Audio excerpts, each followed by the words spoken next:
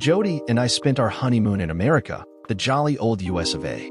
Actually, I had wanted to go to the West Indies, maybe Martinique, but of course I was outvoted, and as frequently happens, I didn't regret it at all. We flew British Airways out of Heathrow and landed at JFK several hours later, having tried but failed miserably to join the Mile High Club on the way. That didn't matter as we soon made up for it, as we toured the East Coast, taking in New England and the surrounding area. Coming from Huntingdon in Cambridgeshire, near to Cambridge University, we especially enjoyed our visit to Yale and Harvard. But the biggest surprise was quite how wonderful and rural New York State was. Not at all how we expected it to be.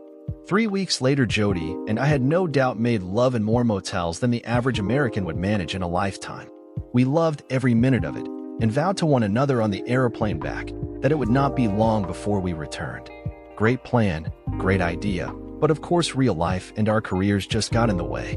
9 years on, and I, Dave Martin, and my wife Jody found ourselves in our early 30s, happily married, no children, and a lovely house mortgage to the hilt, as most of the people in our position would be at that time, but living life to the full. I had recently been made a junior director of Alskins Limited, who specialized in high-tech incinerator plants, in which in our narrow sector, we led the world. We were a small company but growing, and I had managed to grow with it.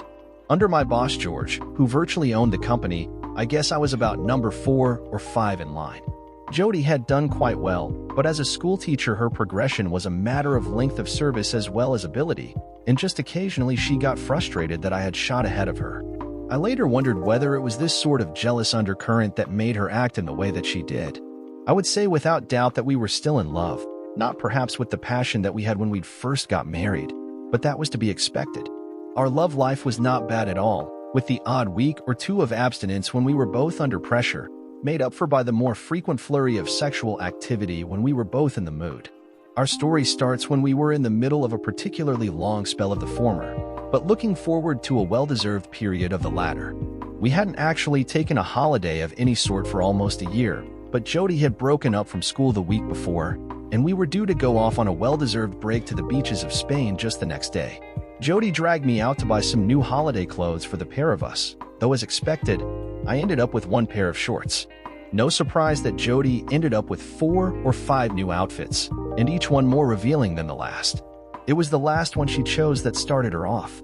Jody tended to be rather adventurous and headstrong on holiday, and wore and did things that she would perhaps not normally do at home. I suppose that day that she had already entered into the holiday spirit, and the blouse that she picked out seemed to reflect that fact exactly. "Do you like it?" she asked as she held it up for my approval.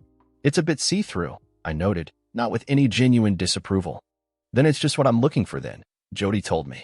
"I'd better try it on, I suppose." She disappeared out of my sight into the changing room with the filmy, black wisp of satin, leaving me stood there with 6 or 7 other guys all waiting, like me, for their wives or girlfriends. I wondered whether Jody would decide herself, or whether she would come out and model it for me, to see what I thought. I thought that she had put on a fairly skimpy bra that morning, so if she did come out, then a few guys could be in for a minor treat. She did come out. Right out into the waiting area, no peeping round the corner for me to come and look like some girls do. I did get one thing wrong though, and that was the bra. It probably had been the skimpy one that she'd put on that morning, but since she'd removed it to model the blouse, then it didn't make much difference. Male eyes, including my own, popped open in surprise as Jody spun around showing the new blouse off to me. Well, nominally to me. It was black. It was flimsy. Other than that, what could I say? It covered her well, sort of, I guess. It covered her up adequately while I couldn't really go along with that. What was the word or phrase I was looking for? It or no. Protected her assets, certainly not. Covered her breast, well, not really. Guarded her modesty, hardly at all. Could me and the other guys make out the shape of her tits? You bet we could. Bloody hell, my Mrs. Jody was flashing her boobs off at all the guys there as if she was topless. The thin material of the blouse hardly camouflaged what was underneath, every detail plainly on view. It would have been less erotic if she had been bare to the waist. And she was loving it. I couldn't honestly claim that I was that upset, but she was loving it, the cheeky cow. Jody bought the blouse, and we moved on to the next shop. Then we got the new bikini, if you could describe it as such. She disappeared into the changing room and seemed to take her time. Eventually, she pulled the curtain back and stood there for me to admire. Bloody hell.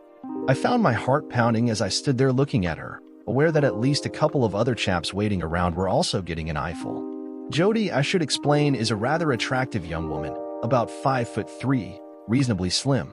Where's the top? I asked her when I managed to recover my powers of speech. We're going to Spain, Jody proclaimed gleefully. Who needs a bikini top there? True as it happened. We'd been there the year before, and after the first hour or two, my wife had discarded her bikini top and joined the many other women who were topless. To my knowledge, she never bothered with it again the whole time we were there. But a department store in Cambridge was hardly a beach in Spain. Do you like it then? She demanded, arching her back slightly, emphasizing even more just how stunning her bare breasts were. Love it, answered at least two of the admirers looking on, before I could so much as utter a word either way. Jody giggled at the attention she was getting and twisted around to offer a different angle. Can I have it then? She asked me while I stood there, not sure whether I should be embarrassed or turned on by her show. I give her one, said one of the guys cheekily, and the others all laughed. Okay, you can have it, I told her before the whole thing got out of hand. On the way home in the car, I got to thinking. Jody wouldn't normally have acted quite like that, so something was up. My wife Jody was one of those women who was strong-willed, and when I did something to upset her, she felt she had to get her own back. For months previously, she had flirted with one of her colleagues in front of me, and it ended up with her kissing him out on the dance floor, while I had to stand there watching them. I wasn't too sure where his hands were either, for that matter. We had a blinding row afterwards at how she had humiliated me in front of everyone, and all she had to say was that it was all my fault. Apparently, I had forgotten that it was the anniversary of our first date a few days before, and she had decided to make me pay. The anniversary of our first date? When the hell had we last celebrated that, for Christ's sake? Then about a month after that, I got home late when we were supposed to be going out for dinner. It was only half an hour or so because I got held up in the traffic coming home from a meeting with a client up north. For hours on the road, and an accident on the motorway that had happened earlier in the day had delayed me. I'd even rang to say I'd be late, but that didn't help. By the time I got home, she'd already gone out and left me a note to say that she'd canceled the dinner reservation. No idea where she'd gone, just that she'd ring me in a bit so that I could join her. A bit turned out to be over 3 hours later, and it wasn't so much an invitation to join her as a demand that I went to pick her up to give her a lift home. I told her what I thought of her, and that she could make her own bloody way home. She'd gone out on her own, so she could come home on her own. Plenty of guys here would be more than happy to bring me home, Dave. I just don't know how I would be able to pay them back for their kindness. They were her exact words. When I got to the club, I was fuming. It wasn't helped when I found Jody surrounded by a group of young men, most of them 5 years younger than her, and so obviously hoping for a special ending to the evening. The skimpy dress that she almost had on did nothing to dissuade them that they had chosen well, or to calm me down. As I walked up to the group, at least 3 of them actually had their hands on her, round her waist, on her exposed shoulder, and another perilously close to her breast. "Excuse me, lads," I said as I carefully eased my way through to her, somewhat cautiously pushing their hands away from her body. Time this little lady was going home. "Piss off, mate," one of them retorted, trying to barge me away. "We got her first. Go find your own bit of crumpet." "It's okay, boys," broke in Jody. "It's my husband come to save me. Sorry to break up the evening, but I'm afraid I'll have to go home with him." Oh dear. It looked as if it would turn nasty, and there was no way that I would stand a chance against the group of them. They weren't happy. It was obvious that they thought Jody had been leading them on, and that by pre-arrangement I had arrived to take their fun thing away, and 2 of them, including the stroppy one, started to push me. It had been some years since I had been involved in any sort of fight, not since I'd been at school. But I'm not the sort of guy who backs down too easily, so I pushed back. It started to get out of hand, until Jody interrupted again. "Come on, you guys," she scolded them. "Leave him alone, will you?" It quietened them down just a little, but the atmosphere was still very threatening. "Come on then," Jody carried on, as if she was enjoying the situation. "I'll give you all a nice kiss goodnight, and then me and hubby have got to be going." That may have placated them, but it infuriated me. "You kiss one of them, Jody," I shouted at her. "And don't bloody well bother to come home tonight. Stand off." People round us started to move away, and the barman started to clear glasses from in front of us. Most of the bunch of young men seemed happy enough to back off and leave it, but the 2 troublemakers were as riled up as I was. There was going to be trouble, and I was in the thick of it. Suddenly 2 huge bouncers arrived and started to push us apart. I can't say that I wasn't relieved, even though I was pumped up and would have gone for it. "You lot stay there," one of the bouncers said to the group of young men, pushing them back, Before turning to us, "I suggest you get out, mate, while you're still in one piece," he said to me, "and take that troublemaking bitch with you. There are times when you make a stand when your wife is insulted, and times when discretion is the better part of valor." I took the second and easier option and dragged Jody out behind me. Besides, at that moment, I agreed with his judgment. The drive home was in silence, but when we got home, we had another screaming row. We hardly talked to one another for 3 days or so, and I warned her that if she ever did anything like that again, that the consequences would be dire. So back to the incidents in the changing rooms and what caused them. "Just a warning shot," she informed me. "You know I'm not happy that you're working tomorrow morning when we're going away, so it was just a warning." Well, in my book, crazy cow that she was, there's a big difference between flashing her boobs off at strangers and actually leading them on with her flirting as she had done previously. The next day, I had just one appointment with Butch. Butch was one of those more real than real sort of guys who was over from America to look at our products. My boss George had been out visiting them a couple of weeks previously, and he was on the return trip to see how we operated. My job was to run him quickly through the manufacturing process, and then take him out to see a plant in operation. I planned to have a quick lunch with him, then leave, giving me plenty of time to get back home, get changed, and drive to Stansted Airport in time to catch our late afternoon flight. Jody had been furious when I told her what I would be doing, demanding that I cancel my meeting with Butch and get someone else to cover for me. I tried to explain how important the meeting was for our company and how a foothold into the huge American market could lead to expansion for us and even greater prospects for me. She hadn't been happy, and that no doubt was what had led to the display the day before. "You think more of your bloody job than you do of me," she screamed at me when I refused to go along with her idea. I declined to remind her of the numerous times we had canceled arrangements because of her commitments at her school, knowing that all would be fine between us once we were on the plane. I knew that Jody could sometimes be a bit self-centered and righteous, but I'd known that when I married her, so I could hardly complain. I patted her on the bottom as I went out, pecked her on the cheek, and confirmed that she had to be ready and packed when I got back home in a few hours' time. "You be 1 minute late and you'll regret it." Jody spat at me with a touch more venom than I thought appropriate. The meeting went well, in fact extremely well indeed. I found I got on really well with Butch, only having met him very briefly on his previous visit a few months before.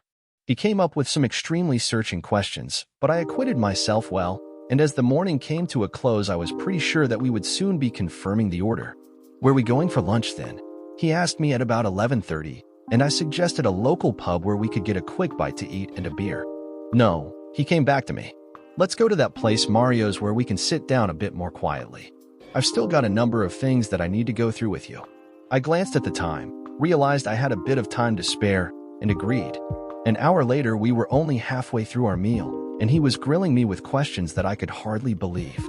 How much did he want to know about our company and our product, and for that matter about me? I'd better just ring my wife and warn her I might be a bit late, I explained to him as I made my way to the toilet, not wanting him to hear the explosion that would no doubt result. I decided to then give it another 10 minutes or so before I would reluctantly interrupt him and explain why I had to split. You think twice before deserting such a potentially important client, but I still had a little time to spare. "You what?" Jody screamed at me over the phone when I told her, unprepared to listen to my protestations that we still had time to spare. "I warned you, Dave, that if you were late, then you'd regret it. I'm not missing this holiday even if I have to go without you." I tried to calm her down, but with no luck. By the time I ran off, we were both angry at one another, and she had stopped listening what I had to say. I decided to just go back to Butch and explain my problem and ask him if he could make his own way back to our plant. That would save me 20 minutes or so, and I'd be back at my house maybe just 5 minutes later than planned. Butch was a married man himself and would no doubt understand. "Well, Dave," he greeted me on my return to the table.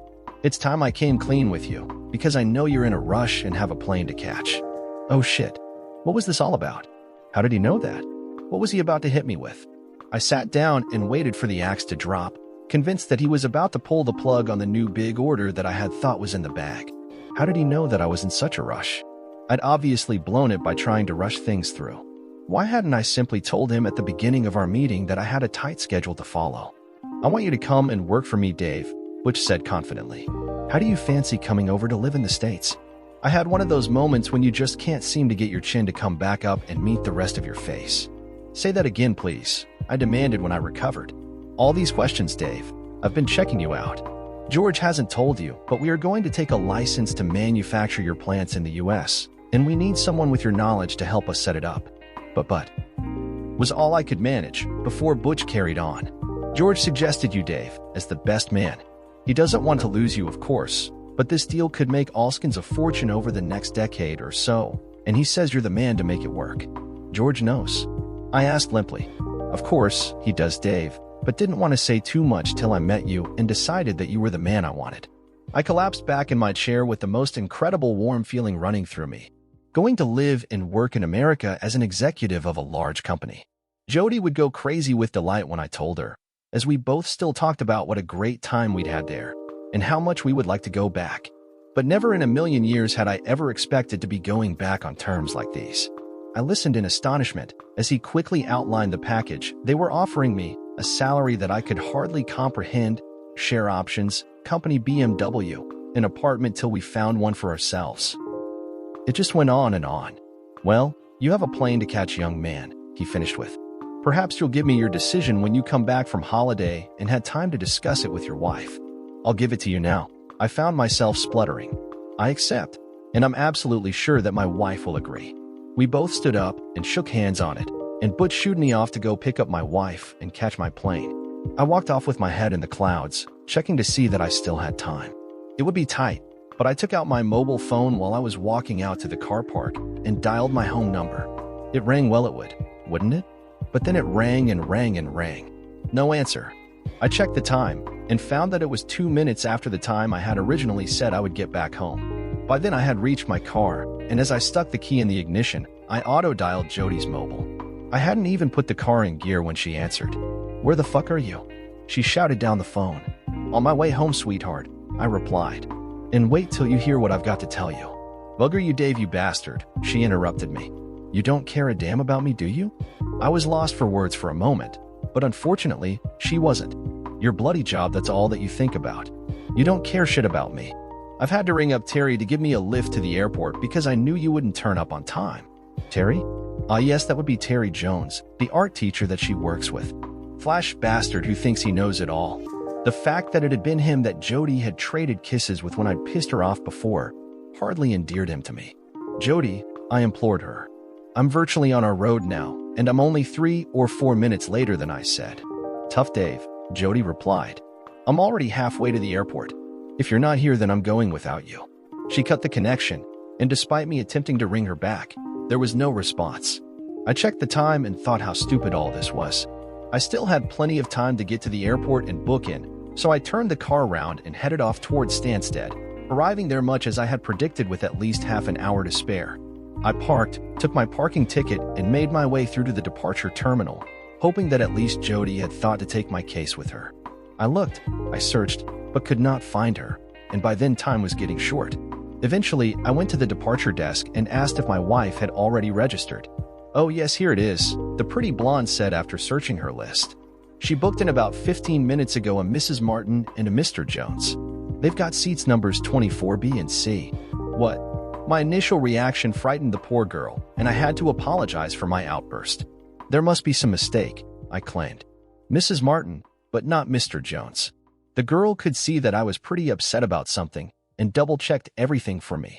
"No, that's correct," she confirmed to me at last.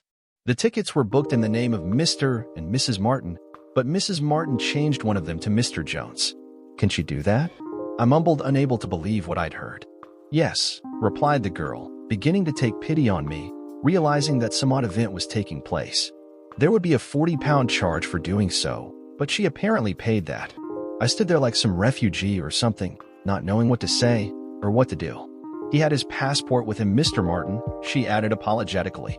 So, everything seemed above board. I thanked her for her trouble and shambled unhappily away from the desk. What was going on? What the hell was she up to? This had beyond a joke. Looking at the departures board, it immediately became apparent that the plane hadn't taken off yet, and for that matter, they hadn't even boarded. I rushed along to try to get to the boarding gate, but couldn't get past the counter into the departure lounge. No boarding ticket, no entry. That was clear. I argued and cajoled, but when it became obvious that they were going to call security, I gave up, went to the bar, and sat there with my head in my hands. I couldn't believe it. My world had been turned upside down in the space of half an hour. Jody couldn't. No, she couldn't really be going to Spain with that bloody Terry Jones in my place. It wasn't possible. Please someone tell me that it just wasn't possible and that I was having a dream. Then I had an idea. Not a good one as it turned out, but it seemed so at the time. Rushing over to the other side of the airport, I eventually arrived at the observation lounge. In years gone by, it would maybe have been an open terrace, but in these days of terrorism, we had to look out at the planes through huge plate glass windows. To my complete surprise, I spotted her. My wife, my Jody, making her way across the tarmac towards a waiting Boeing 737. I couldn't miss her, of course, few women having flowing blonde hair, and such a trim figure as she did. Then I saw Bloody Jones get out of the courtesy bus behind her and follow her towards the waiting plane. When he caught up with her, I totally lost my rag, as even at that distance I could hardly miss it as he put his arm around her slim waist, any more than I could miss her, as she leant back and kissed him on the cheek. The security guards were, I suppose, just doing their job. I know I shouldn't have hammered like a crazy man on the glass window, and I shouldn't have shouted the way that I did. There was absolutely no chance that they could have heard me anyway at the distance they were, and in any case Jody never so much as glanced back.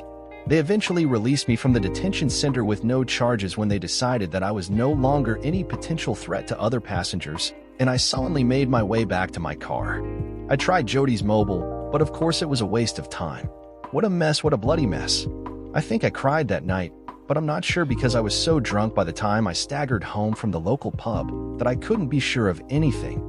I couldn't even ring her in Spain as I had no number and her mobile wouldn't work in a foreign country. About midday the next day, I came to my senses, the phone ringing loudly by my side. I realized that I had fell asleep on the sofa, cuddling the phone close up to me. Why? I have no idea. Hello? I mumbled into the mouthpiece, not knowing what to expect. Is that you, John? Came the strident tones of my wife, sounding just like the schoolteacher that she was. Yes, I answered simply. Well, what? I replied. No apologies then, you bastard. Jody spat out at me. Don't you care that you've let me down again? I've let you down? Came my query, but she went on and on about how I didn't care for her feelings and thought more about my work than I did for her. What about when you didn't turn up for dinner with our new neighbors because of some silly problem at your school? I reminded her rather pointlessly. And anyway, I got to the airport on time. That's different, Dave, and you know it, she shouted down the line at me, though from my point of view it certainly wasn't. I realized that we were just screaming at one another to no purpose and tried to change my tack. Having just woken up, I hadn't fully regained all my senses and forgotten half of what had happened the evening before and tried to tell her about the offer from Butch. Jody, I said more levelly, there's something I have to tell you about my job. I've been offered. There you go again, Jody set off again. Your job, your bloody job, that's all you ever think about. What about me, here on my own in Spain? It was only then that it all came flooding back to me, and suddenly my love for Jody felt as if it was beginning to dissolve. On your own, Jody? I queried. And what about Terry Bloody Jones? She went quiet at the other end, obviously stunned that I knew he was with her. What about him? She asked in a quieter tone. Are you still in bed with him then?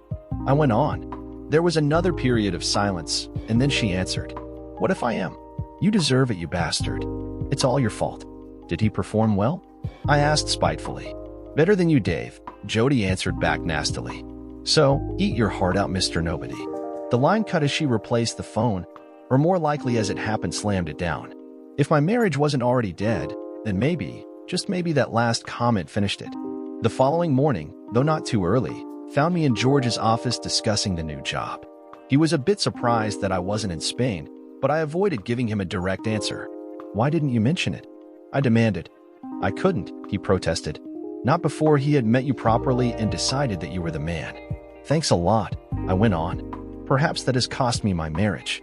I proceeded to tell him my tale of woe, but to my surprise he didn't express any great surprise. The husband is always the last one to know, Dave. George at last managed to inform me. What's that meant to mean? Nothing too specific, Dave, he expanded. But the last couple of company events, your wife Jody has been, well, let's say, putting herself around.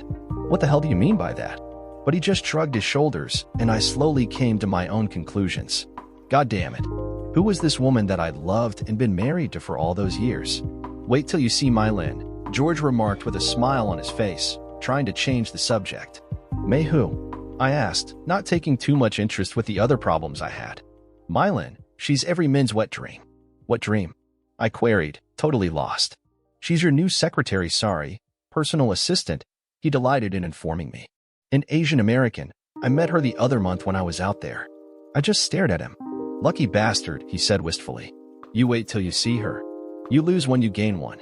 The next few days passed in a bit of a haze, partly because of my marital problems, and also at the speed that my transfer was taking place. As keen as the one was to get me out there and working for him, then the other was also pushing, so that the license could be formalized. I felt as if my feet were hardly touching the floor. Then Jody rang again. I knew she would, and somehow, I knew it would be mid-morning. I love her, she greeted me. Thought I'd ring you to let you know how wonderful it is here. I have something to tell you, Jody. I started as before. Never mind that, lover, she interrupted me yet again. Are you ready to apologize yet for your attitude, sweetie pie? Look, Jody, I tried to say, ignoring her stupid comments. I really have something to tell. Sorry, lover, Jody broke in, though I made no great effort to override her. I still love you dearly, and when you're ready to say sorry, then we'll get on with our lives. But meanwhile, I've got someone else to keep happy. I simply put the phone down, though I'm not sure whether she beat me to it. Jody had sounded drunk. Not like pissed out of her mind drunk, but beyond trying to get anything sensible out of her. If she thought screwing the art teacher was more important than a chance of us having a future together, then that was her problem, not mine. The week continued, the most extraordinary week of my life. On the one hand, the most exciting, and the other the saddest. Where would it end up? The next call from Jody was more of a surprise, coming in the early hours of the morning. Hello, Dave, she mumbled. I've been thinking. How did you know Terry was here with me? I saw you together getting on the plane, I told her, trying to gather my sleep-infected brain into shape, astonished that she should ring me at that hour to ask me such a question. You were there, Dave? You were really there? Of course, I was there, Jody. I told her, my temper beginning to rise. How the bloody hell do you think I knew that creep Jones was with you? Why didn't you stop us, Dave? Why didn't you do something? Do what? I said, nearly shouting down the phone. I got there in time for the flight, but you'd already taken the tickets and gone through with your bloody boyfriend, and they wouldn't let me through. I ended up getting arrested. But I thought you weren't coming, Dave. Terry gave me a lift to the airport, and in a fit of temper I asked him to come with me. Honestly, I didn't know you were there, honey. And your damn friend Terry just happened by chance to have his luggage and passport with him, did he? I stung her with. Oh, shit. Oh, Dave. But I put the phone down on her before she could continue. I think she rang me several times more, but I either wasn't in, being far too busy making arrangements, or perhaps just didn't answer. Eventually, a few days later, I picked up. Hi, is that you, Dave? I heard. Yes, Jody, it's me, I replied. What do you want? You, Dave, I want you. Terry has been such a bastard, and I need you. I mumbled something incoherent. I got back to my room last night, and he had some floozy in there with him, Jody cried. Well, how awful for you. Can you imagine that, she went on, missing the sarcasm in my remark. How could someone do something like that, Dave? Difficult to imagine, I replied, trying not to laugh. To go off with someone else like that behind my back, though, she mumbled, and I realized that she was a bit drunk yet again. How could he? No accounting for folk, I responded in the most sympathetic tone that I could muster. Dave, I'm coming home early. I can't stand it here anymore. I get back to Heathrow tomorrow at 4 o'clock. It was the only flight I could get. Can you pick me up? I started to say no, when it suddenly occurred to me that I could. Of course, I could. See you at 4 o'clock, I said curtly. Were you trying to tell me something the other day when I phoned Dave? She surprised me with. Something about your job, was it? Oh, nothing important, Jody, I told her. I don't want to bother you with my work. She'd find out anyway in due course. I was ready for her by 2:30 and a bit pissed off when her plane landed 20 minutes late. When she came through the arrivals gate, I was waiting there like a dutiful husband. I'm quite sure I even had a smile on my face. Hi, Dave, my sweetie. It's so great to see you, she called out as she saw me there, and dropping her case, wrapped her arms around me and kissed me with all the vigor she could manage. I have to say, she did look fantastic. A suntan always suited Jody, and her blonde hair set it off. Let's get home, sweetie, Jody whispered to me. I've missed you so much, and can't wait to get you into bed and make up with you. All thoughts of an apology from me seemed to have gone by the board. She loved me again, so it seemed.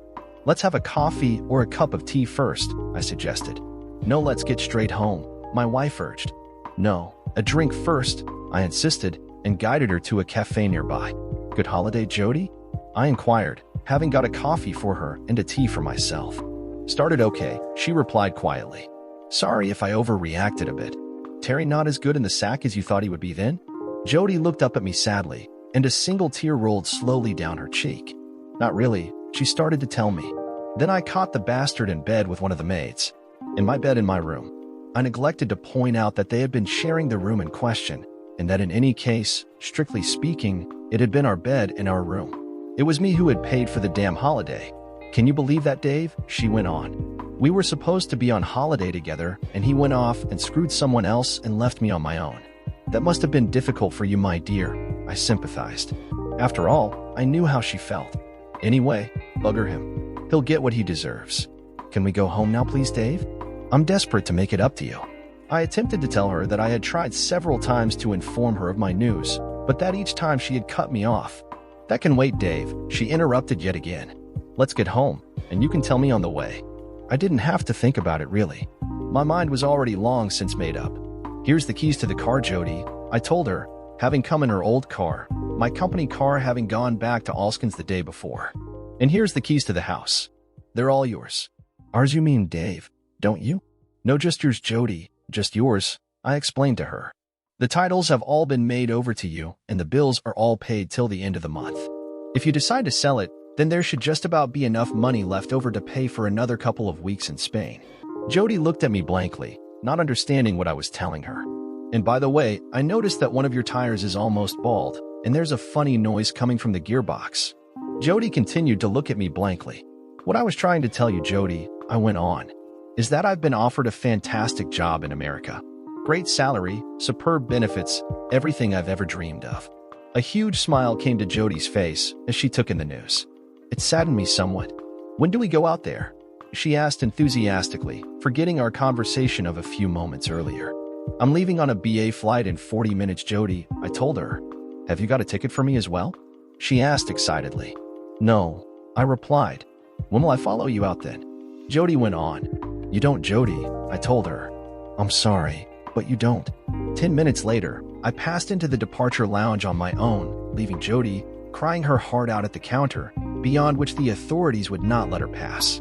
My last sight of ever was her tear-stained face as she stood there watching me walk out of her life. Ironically, it was a sense of déjà vu, except that the tables were turned completely. Only 10 days or so before it had been me stood at the desk and barred from following the person that I had loved. Different airport and different destination, but I'm sure the heartbreak was at least as bad.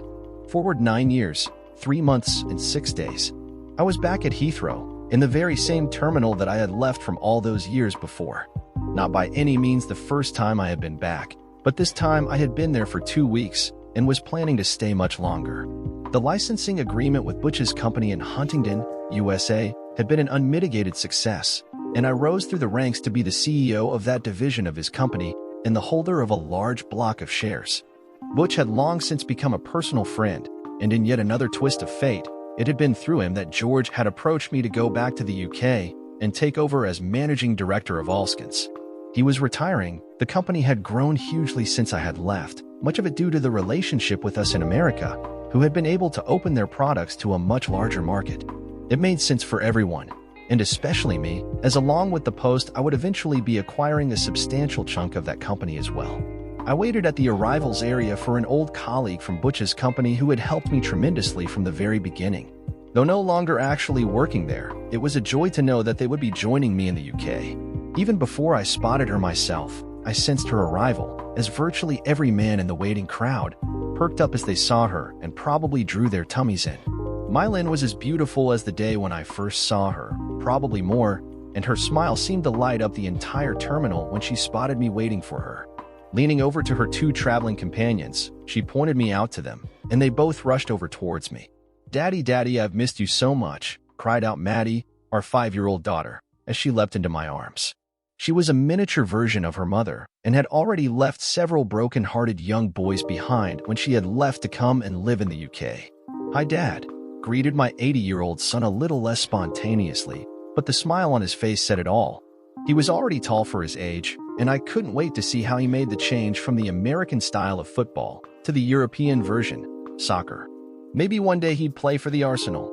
First day of the rest of our life, greeted my lovely wife as she reached up to kiss me. Dear listeners, please share your thoughts in the comment section below and don't forget to like, share, and subscribe.